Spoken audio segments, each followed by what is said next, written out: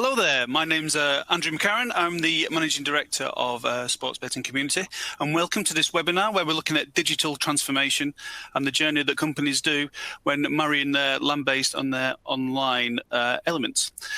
With me today, I've got Ashley Hardy, who's the Director of Product at Gaming Innovation Group, and Nicola Fitton, who's the Director of Managed Services at Gaming Innovation Group. How are you doing, guys? Very well, thanks. Good morning. Good, thank you. How are you? Good. Yeah, not bad, not bad. So obviously the digital transformation is something that a lot of companies have had to accelerate plans for in the last 12 months. COVID's put a skewer in a lot of business projections. So it's one of those things where a lot of people have been playing catch up with some of their competitors that were perhaps a bit more ahead of the game when it comes to marrying up their retail and their online services. But Ashley, as the Director of Products, I mean, what's involved in the process of sort of building a true omnichannel solution? I think so speaking outside of the scope of the actual software development lifecycle, I think probably one of the most important aspects for me is around what I call the scope and discovery. So first, nailing down what actually is the scope of Omni. If you think a few years ago, Omni for our industry was just mobile and desktop, right? But now kind of with new technologies and now kind of with this merger of online and land-based casinos, Omni is now kind of blown up in regards to what omnichannel means. So I think the first step is just nailing down that scope and kind of differentiating between the scope of what we're trying to build now and the problems of today, and then segregating that from the problems of tomorrow and getting caught up with all the innovation, because that's how you can lose a lot of focus. I think a key thing around the discovery phase is obviously we're primarily a digital business. So we have a lot of expertise in the digital product space. When it comes to land-based, then a big key is working closely with our partners to kind of learn about their customers, learn about the problems that they're having, learn about the solutions that they already have in place. And then the goal is to kind of supplement that with an online offering. Obviously, we're not trying to take customers away from land-based casinos. We're trying to build a product which supplements their offering. So to do that, we kind of get a lot of research from them. We do a lot of sessions to kind of learn about their business. And then what we do on our side is just build a product incrementally. So we build it in small phases. We see if it works, we test, and then we go with what works, and then we can throw away with what doesn't. So that was interesting, because you say you've come from the online looking at omnichannel into the retail, whereas most of the other suppliers have gone from retail looking to online. So that must give you a different perspective to some of the other suppliers. I mean, what do you think are the key components of the omnichannel offering that you've found?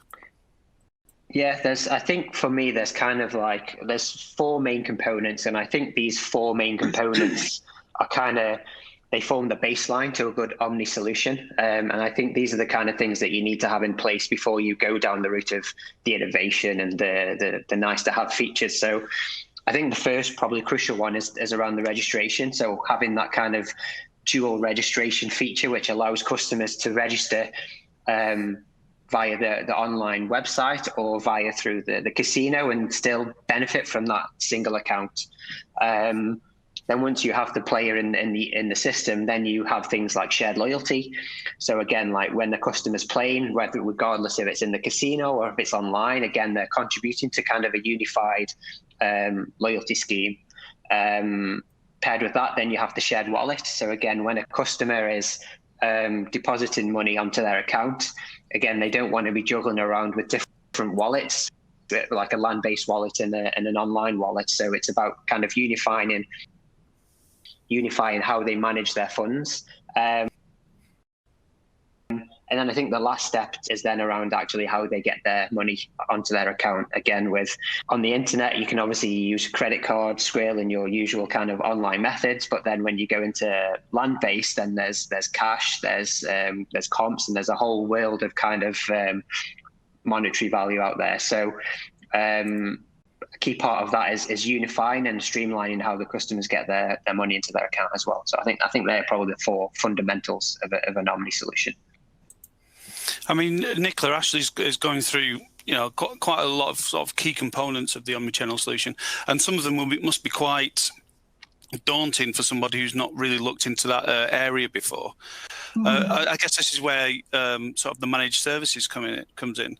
I mean, it's more than just having an online casino on point and stuff there. I mean, what's the key services that you and your team bring to a land-based operator to get them to have an online capability? Yeah. I think first of all, you're absolutely right. COVID has definitely fast-tracked people's Omni plans. So those that maybe have been thinking about it in the future, it's obviously then condensed that, and we've got quite a lot of interest now of people wanting to get online quite quickly. What I would say is it's very much about playing to your strengths. So these retail operators have obviously had a large amount of success in their own right. They have a very good brand with some good brand equity, good brand reach in that market. And that, for me, is half of the battle. If they then complement their strengths with a partner that can bring the sort of operational or digital expertise, the two together can actually collaborate and actually make something quite commercially successful. So it's about playing to your strengths, understanding what your strengths are, and then partnering with somebody that can complement where your weaknesses are. Okay. And then those are the services that sort of help to aid the success of the transformation. I mean, what's the real success? What's the earliest success you get on that? Where do you make the most make the most changes for the better of the service? So I think it's about laying the right foundations down when it comes to the digital part. So ultimately, what the operational or the digital expertise should be doing is looking after that whole customer journey once the traffic hits the site. So if you can build some good foundations with some good healthy KPIs and good efficient KPIs, ultimately that will bring or yield commercial success. When we talk about the sort of customer funnel, we talk about the quality of traffic that comes through the very top of the funnel, so looking after things like the CPA costs. Then we talk about the UX and the UI, so guiding customers through that registration to deposit flow and really maximizing the conversion percentages. Engaging the customer, so you're extracting as much value from them and looking after things like bonus costs, and that in itself should then yield good retention and minimize churn. If you underpin that with sort of business operations, which is your customer service, your KYC, your payments, your fraud, and your player safety team, if you underpin that, ultimately that should give you a good formula for success. I mean, actually, it must be a good string to the bow to have Nicola's services team taking people and helping them get the most of your products. But from a product perspective, I mean, where does the gig offer stand out in the market? Yeah, I mean, again, even just to kind of build on what Nicola said, like, and even to my original point, like it's a big part of product is around the discovery and understanding what the customer needs. And with Nicola's team kind of working so closely with our customers and understanding their needs, then from a product perspective, like that's a massive kind of resource for us to make sure that we're always know that we're kind of building the right thing and building something that's good for the customer. Because in the end, that's what we're here to do, right? Is to build a good product which solves people's problems, but it's also something that people are willing to pay for as well. So that kind of, I think having that knowledge and that close relationship is kind of a really, really key thing for us. And with that, we've actually been able to build this kind of fully seamless product, which is kind of our goal here, right? Is to marry, as we've said, online to offline, and kind of giving the customers that seamless experience of like, you know, if you go to a land-based casino and I think land-based customers have a different mindset because they have I feel that they have a lot more loyalty and like, land-based casinos, players will often have their favorite casino, and that's probably where they'll visit most. And then if we can capitalize on that and capitalize on that loyalty, and then when they leave the casino, we can still, the operator can still engage with that person on an online and a digital capacity, then that's something really, really powerful for building that loyalty and building that relationship with customers. So I think that's something that we've really, really succeeded with. And then if you think from the operator perspective as well, it's around kind of giving the customers, our customers, the operators, that full 360-degree view of their customer base. So now you can really see and get insights into your customers, like what do they do when they're playing online and what do they do when they're in a land-based casino. And you can kind of get all those data points, and we can bring those all together. And I think, again, this is something that I think we do really well, is capitalizing on the data and capitalizing on the research, and just really putting the full power in the hands of the casinos. With all that data, then they can start to build tailored loyalty points. As Nicholas said, we can make sure that we really optimize the user journeys. In an end, I think, because we had kind of we previously had a lot of kind of buying into the B2C space. We're not just kind of building a product here for the operators, but we can also see it from the customer's perspective as well. So we can make sure we're building good products for them, because in the end, they're the end users, right? Mm-hmm. Sure. So sorry, go on, Nicola. No, I was saying, and ultimately the goals are shared both online and retail. It's about giving the best customer experience, optimizing and iterating on that flow, giving the customers the best experience that they can online, but then also making sure that's commercially viable.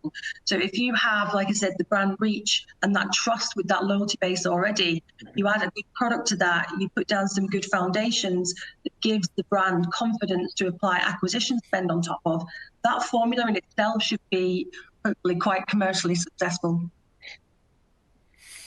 I mean, with regards to what you've mentioned around the data that you've got, I mean, is that really the prize for the retailers? They wouldn't necessarily normally have this kind of data on their own customers in a retail environment. So it's not only is it giving them an option to engage with the customers when they're offline, it also when they're not on site, it also gives them greater insight as to how their players, what their players want, which is something that they'd have never had to this kind of granularity before. Definitely. Yeah, I mean, absolutely. If you can make data-driven decisions, ultimately that will look after the costs and ensure that you have ROI across all of your key metrics. Mm-hmm. So yeah, data-driven insights, you apply your expertise on top of that. But yeah, absolutely, data's crucial, and something that you, like you say, online we're very data-driven, and it's something that's probably new to retail operators that hasn't had that level of granularity before. Yeah, I agree. And even like, I mean, obviously we can't go into too much of the data that we have now, but even just at a high level, we can see that the difference between like a fully online player and the difference between a player who is land-based to online, and we can see that they significant amounts, and we can see that the retention rates with land-based customers are generally longer, and that kind of ties back to what I was saying before around the loyalty that these players have. And with this information, like armed to tailor their loyalty schemes and tailor their websites and tailor pretty much anything to do with their product and service around what's best for the customers now. I mean, with regards to the product and marrying the online side and the retail side, how important is the mobile, the cell phone, in sort of joining the dots between those two? Is the prevalence of smartphones now just the perfect way to interface and indeed encourage loyalty, because your phone's very loyal to you, and if a brand's got a presence on that phone, then that can only increase loyalty to that brand. Yeah, definitely, 100%. I mean, we're in a mobile first age now, where everything is pretty much mobile first. Even when we're designing software and products, everything is built with mobile in mind first. I think there's definitely areas that I mean, it's important now, but I think it's even going to be even more important in the future, because again, if we think about even the future, like this, and as technology advances, like I think one of the biggest kind of limitations that we probably have at the minute is a lot of land-based technology is quite legacy. So it's built for a purpose of just being, built to be only used and being built to think about like how it might even need to be transitioned online. So when I think around mobile, that's probably a cheaper way to kind of start to even further kind of integrate the two worlds, right? If you think about, like, again, how people deposit, as you touched on there, how loyalty works, even if we think outside the realm of the gaming sphere, and kind of if we think about the other services that the casinos may offer, and actually building those kind of features into a mobile application as well. Then no matter where the player is, if they're sitting at home on their couch or if they're in the casino, they still have everything at the kind of palm of their hand. Excellent. I mean, Nicola, when you get a new client, I mean, what are the first steps you take them through, to make sure that their online offering sort of complements what they've got in a retail space, and make sure that sort of level of service can be retained at the same level across the portfolio? I think so. I think some of the first steps that the retail should sort of consider is, what does their current internal setup look like, and what do they want that to look like once they start to move online. We have some there might be regulation that dictates some parts of that. So in some territories or jurisdictions, it's a must that you must have things like CS in a certain territory, whereas other regulations don't stipulate that. So it depends what their internal setup is and what they actually want from a partner. Some choose to leverage some of their internal operations already and then just outsource other pockets, whereas others really want to concentrate on what their strengths are and what they're good at and outsource everything. So it's about finding somebody that can be flexible with you. It could be that you do that for a period of time, so you manage everything for a 12, 18-month period, and then as they get comfortable and you've sort of got them foundations laid, you can start to transition them back into the retail operation should they want to do that. But other considerations are, where do they stand on key messages or key standpoints on things like responsible gaming, player safety. Again, regulation will stipulate or dictate how they must behave or how they must treat customers in certain areas, but you have some retail brands that want to take that a step further. So quite often you'll have retail outlets that maybe have a higher age limit or age verification to get into the casinos versus online. So a big question for them was, what do you want to do in terms of this age verification? We have some customers, one of our big clients in New Zealand, Sky City, chose to mirror their age, which is 20 plus, in the retail environments online as well. And these are quite fundamental decisions to make, because then that process of age verification and documentation needs to be considered up front. So it's about their risk appetite, it's about their brand standpoint, their brand message, and also what do they want to do in terms of their internal setup. Probably some of the key fundamental questions they should ask themselves up front. I mean, that's an interesting point with regards to sort of the local regulations. Certainly around Europe and globally, each country there's very little harmonization when it comes to some of the casino regulations.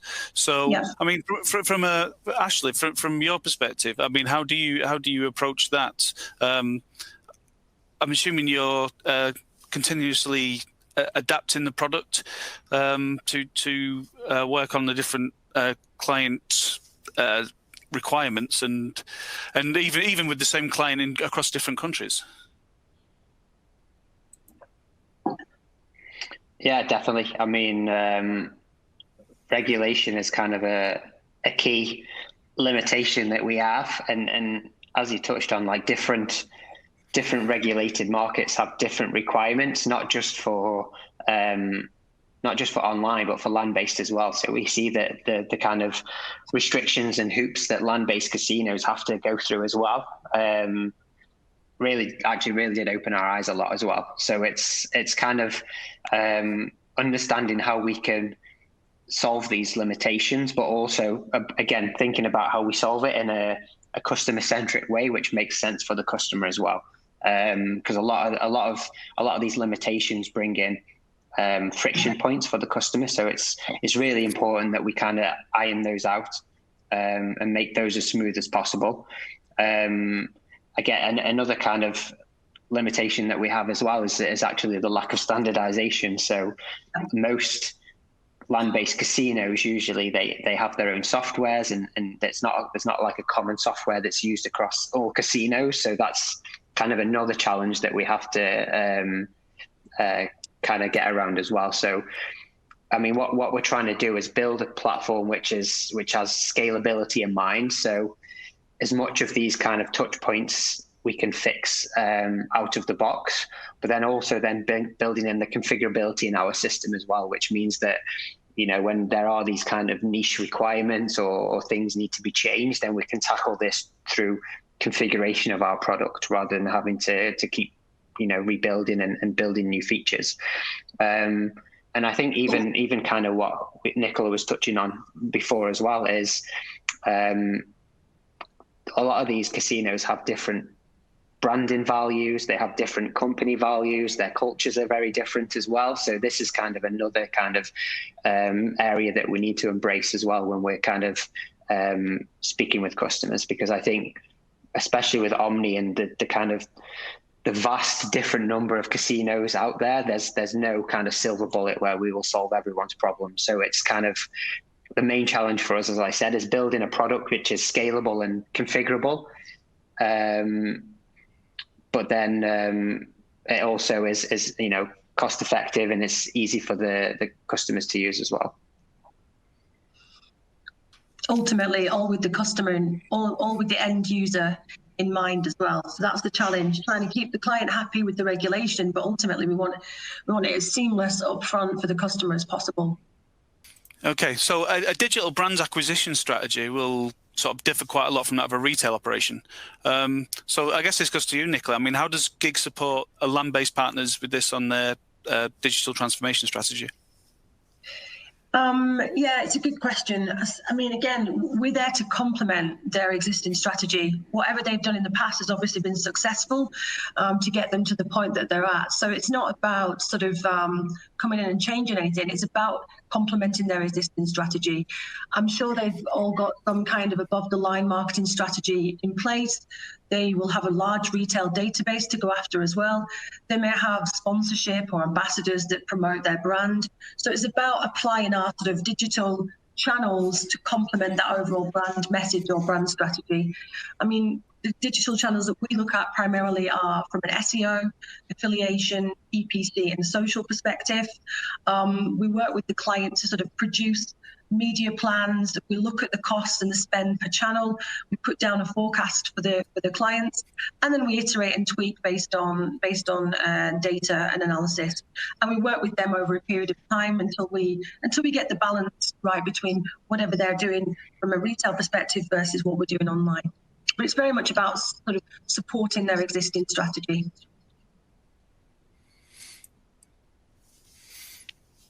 That's good. I mean, with regards to existing strategy, obviously a lot of that is, as I mentioned at the top, accelerated quite a lot in the last 12 months.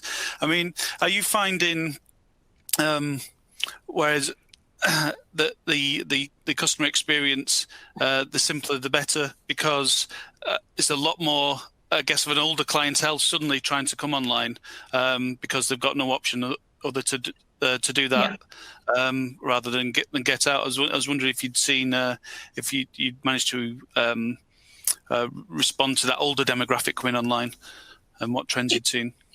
Yeah, it's actually a really good point. So we kind of assume sometimes that just because people play in the retail environment that they understand online, or they understand the flows online, especially when it comes to document requests.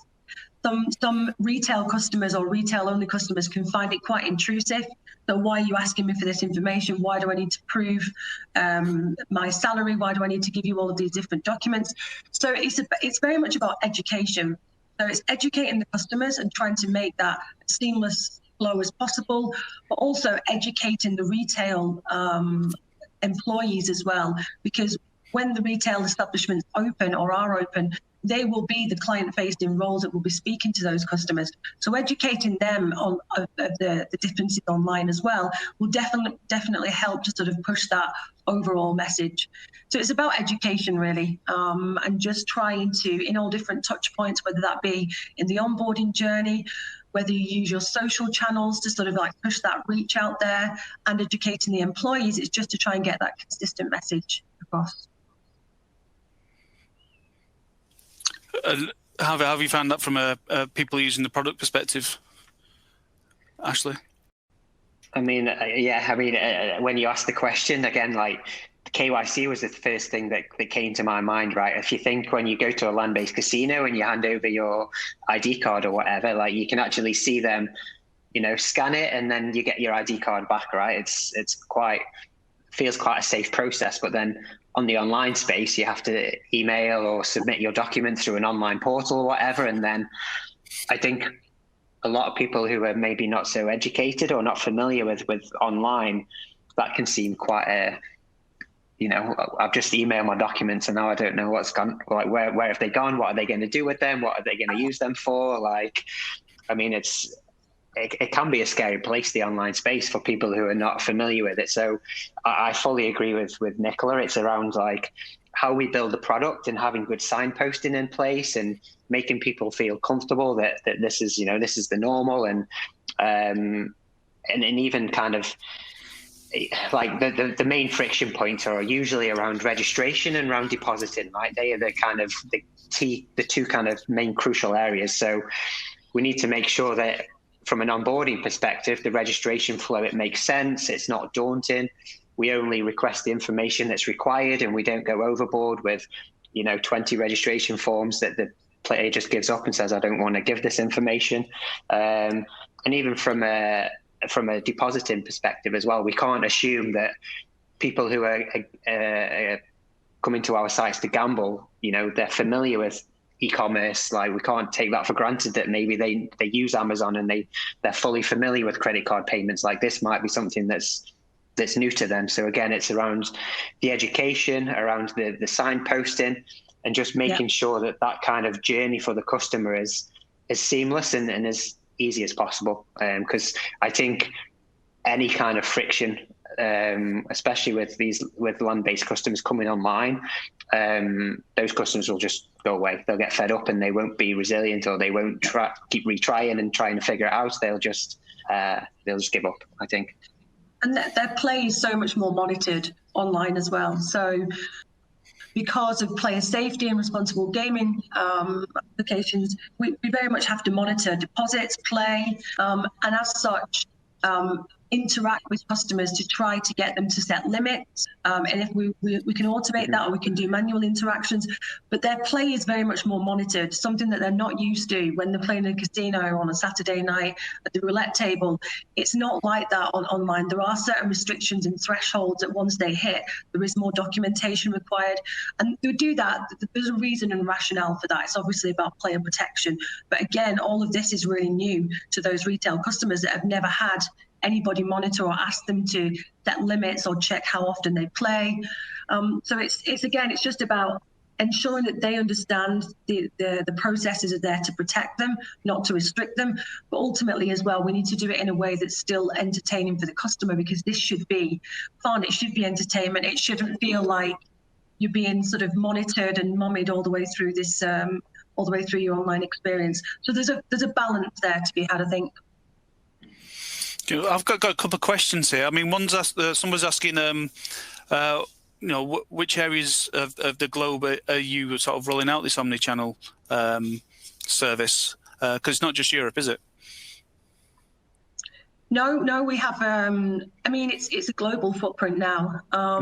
So we're as far reached as New Zealand. We have opportunities in the US, Latin America, Canada. So it's far-reaching. I think wherever. I think there's been a big sort of, like I say, transformation with the COVID. Fast-tracking a lot of people's plans, and as such, we've got quite a big interest across the whole sort of globe at the moment.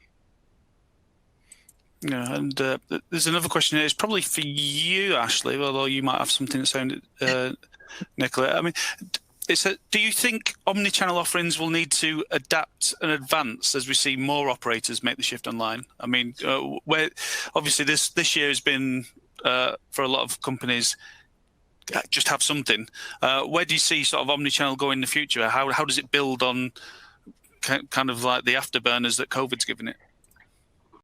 Yeah, I mean, from a personal and product perspective, like it excites me a lot to think about like where we are now and the future of where Omni can be in the future.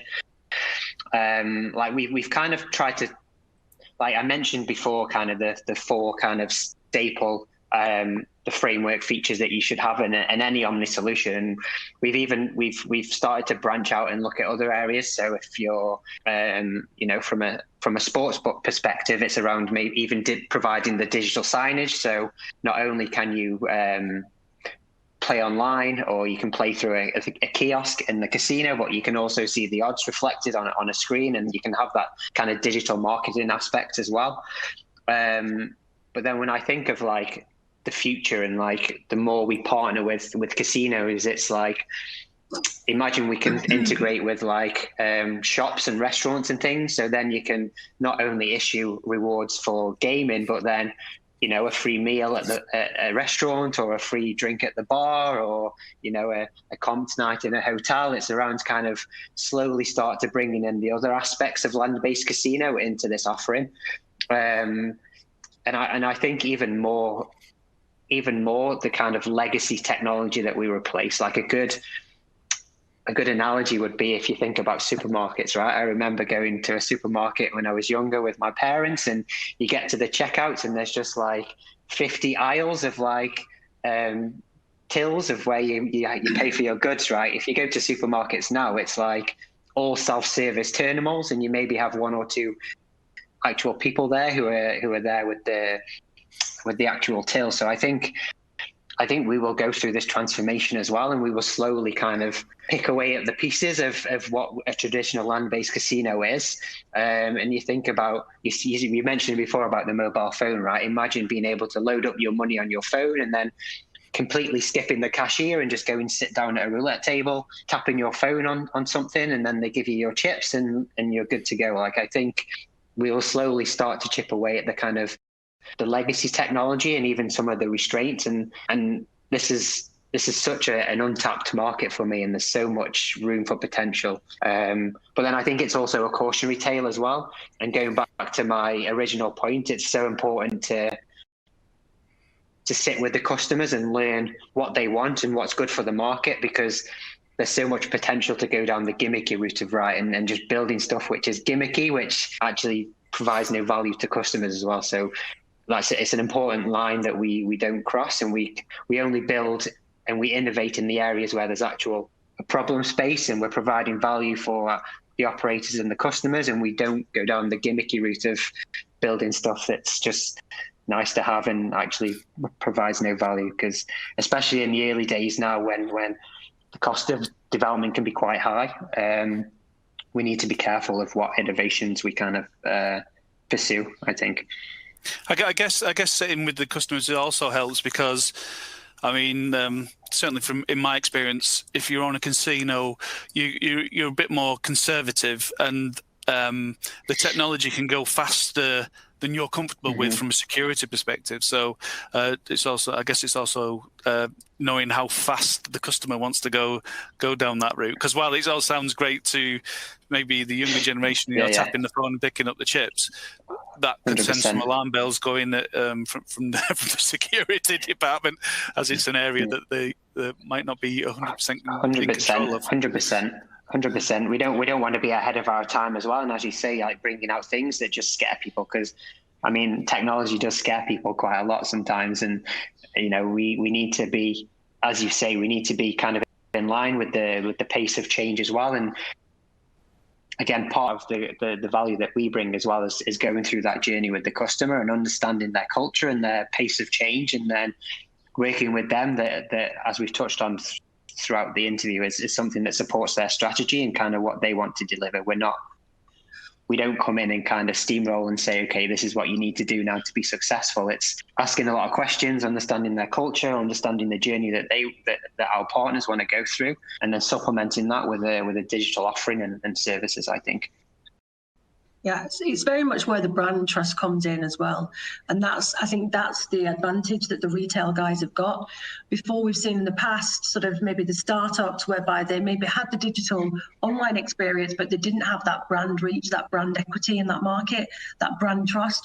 And that, for me, especially in today's regulated landscape, is hugely important. If you have that already half of the battle for me is done. When you start to then innovate on top of that with that brand trust, then you can really start to make things happen in the omni world.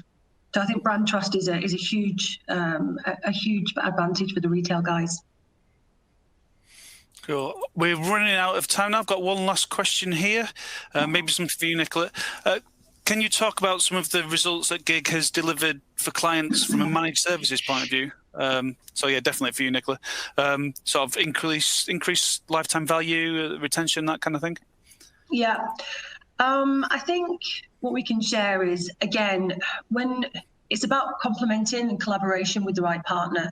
So when we've worked with the right partner that has had that huge brand reach and that huge brand equity in that market, we've complemented that with our sort of online offering, making sure that their brand message, that their brand strategy is forefront, looking after their player care, their license and their brand care. What we've seen is a huge amount of success when we start to benchmark their KPIs versus what we see with pure online. We can see that the far superior with the Omni solution.